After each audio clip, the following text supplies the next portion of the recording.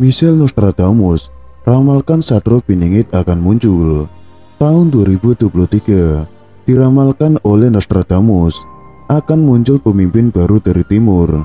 Apakah ini berkorelasi dengan ramalan Cuiboyo yang juga menyebutkan akan datangnya seorang Sadro Piningit atau Ratu Adil?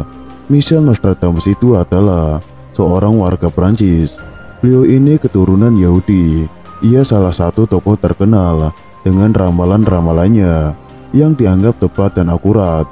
Menurut ramalan Michelle Nostradamus yang ditulis oleh Viswit dan Peter Lorre dalam buku The End of the Millennium Prophecies 1992 menuju ke 2001, Nostradamus itu meramalkan pada tahun 2023 disebutkan secara lebih khusus mengenai munculnya seorang pemimpin yang akan merubah di dunia.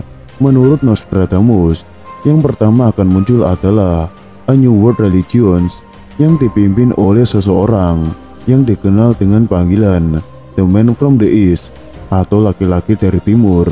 Lalu dia akan muncul dari negeri yang terletak di pertemuan tiga buah laut.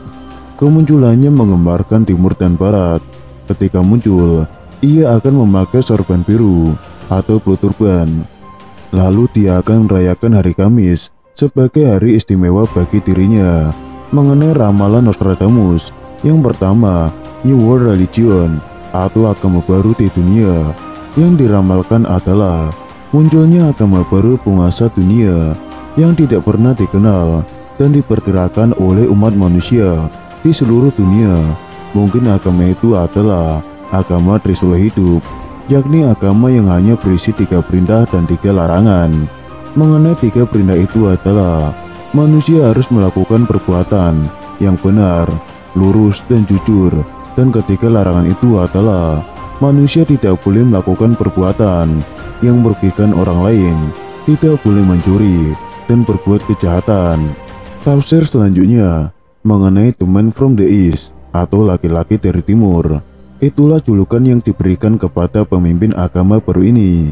Dikatakan dia akan menghapus seluruh agama-agama dan akan mendirikan agama baru yang akan dianut semua makhluk di jagat raya. Mungkin dialah sosok Sadro Piningit yang akan menjadikan dunia ini damai dengan apapun yang ada di dalamnya. Lalu tafsir yang ketiga muncul dari negeri yang terletak di pertemuan tiga buah laut, yang berarti kemunculannya itu dari pertemuan tiga laut. Diperkirakan ia akan muncul di Pulau Sulawesi karena merujuk ketiga pertemuan laut. Sebelah utara Pulau Sulawesi adalah Laut Sulawesi, di sebelah selatannya adalah Laut Flores, di sebelah timurnya adalah Laut Maluku. Berarti laki-laki yang dimaksud berada di Indonesia bagian timur, tepatnya di Sulawesi. Mungkin ia menyembunyikan diri sambil menanti waktunya untuk terbit. Hal ini barulah prediksi semata. Kemunculannya itu menggambarkan timur dan barat. Maksudnya kemunculannya akan menggambarkan seluruh dunia beserta seluruh isinya. Tafsir yang selanjutnya, ketika muncul, dia memakai sorban biru. Ada pula julukan mengenai topi turban resolvens itu sendiri adalah selai kain yang lazim digunakan oleh umat Islam, yang biasanya digunakan oleh orang Arab pada zaman pra-Islam untuk mengatasi hawa dingin atau teriknya matahari. Lalu tafsir berikutnya, ia merayakan hari Kamis sebagai hari istimewanya. Mungkin karena hari lain adalah hari istimewa untuk agama lainnya. Namun, satu hal yang harus diyakini, semua kembali kepada kepercayaan masing-masing. Tidak ada yang benar selain Tuhan yang menciptakan kehidupan dan menyiapkan kehidupan itu sendiri. Seorang peramal terkenal abad ke-15, Michelle Nostradamus, meramalkan akan muncul agama baru dari wilayah Indonesia tahun depan dan muncul pemimpin baru dari timur. Ramalan Nostradamus yang lahir 1503 di Prancis tersebut masih dipercaya banyak orang karena sering sekali tepat dengan kejadian sesungguhnya.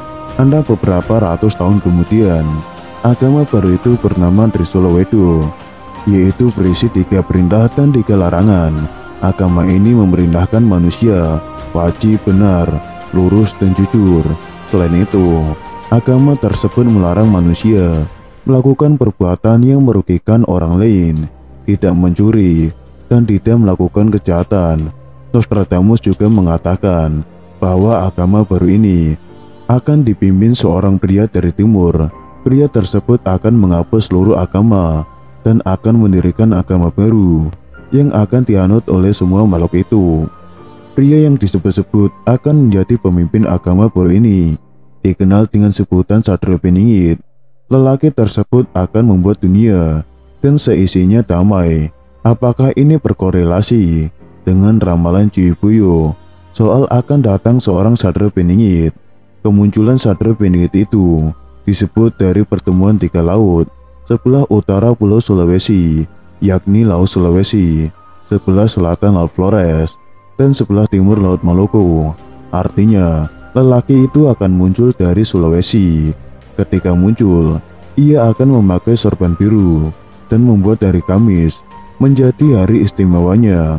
Agama itu akan enggan menjadikan hari Minggu sebagai hari istimewa untuk agamanya karena hari Minggu telah diistimewakan oleh agama Nasrani.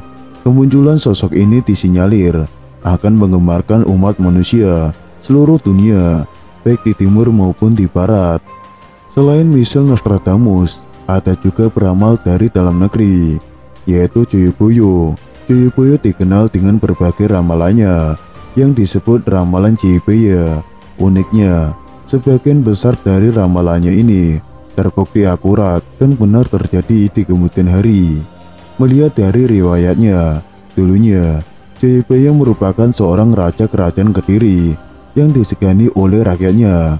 Bagi sebagian masyarakat Jawa kuno, Prabu Ciboyo dianggap memiliki ketajaman intuisi yang disebut sebagai kewaskitaan. Salah satu ramalan Ciboyo yang cukup terkenal adalah akan datangnya Satrio Piningit. Sosok Satrio Piningit ini digambarkan penyelamat di masa-masa krisis. Jadi, sang Satrio Piningit akan muncul pada era penuh kesengsaraan, ketidakadilan, dan berlaku kesewenang-wenangan penguasa. Sesuai ramalan Ciboyo, nantinya Satrio Piningit akan menjadi penyelamat dan membawa kemakmuran dan kesejahteraan bagi masyarakat. Dalam salah satu sumber, disebutkan bahwa Satrio Piningit bersenjatakan Trisula Wedo.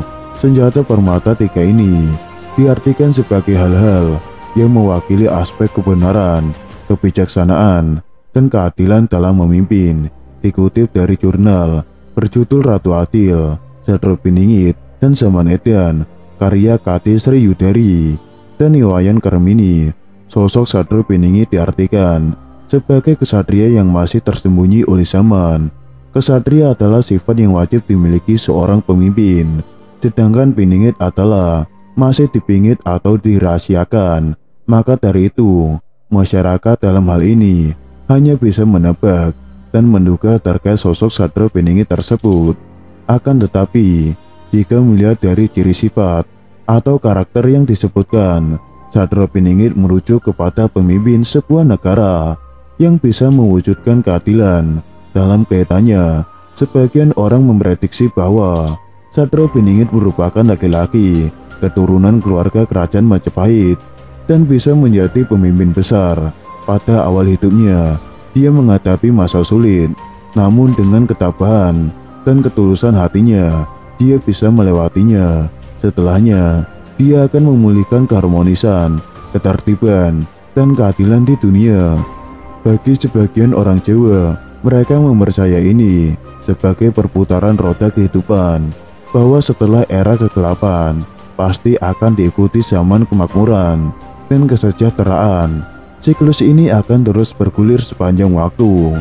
Dengan demikian, ramalan Ciboyo mengenai kedatangan sosok Satrio Piningit ini bisa diartikan sebagai perlambang keadaan dan harapan masyarakat dalam menjalani kehidupan.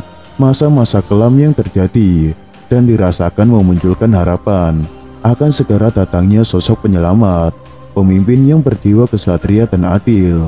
Nantinya, dia akan memulihkan keadaan dan membawa negeri menjadi makmur dan rakyatnya sejahtera semuanya.